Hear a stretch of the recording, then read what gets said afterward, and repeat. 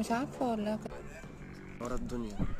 بنورك والله. احب بقى واجيبك في المكان ده علشان تبقي راضية عني. دخل محمد رمضان معانا نمبر دلوقتي. 1. طب ثانية بس قبل ما نتقمص الدور. أيوة. احنا قفلنا الباب تكة ولا تكتين؟ لا بص انا على تكة. واحنا قفلنا الغاز بقى ولا ما قفلناهوش برضه؟ قفلنا الغاز. متأكد؟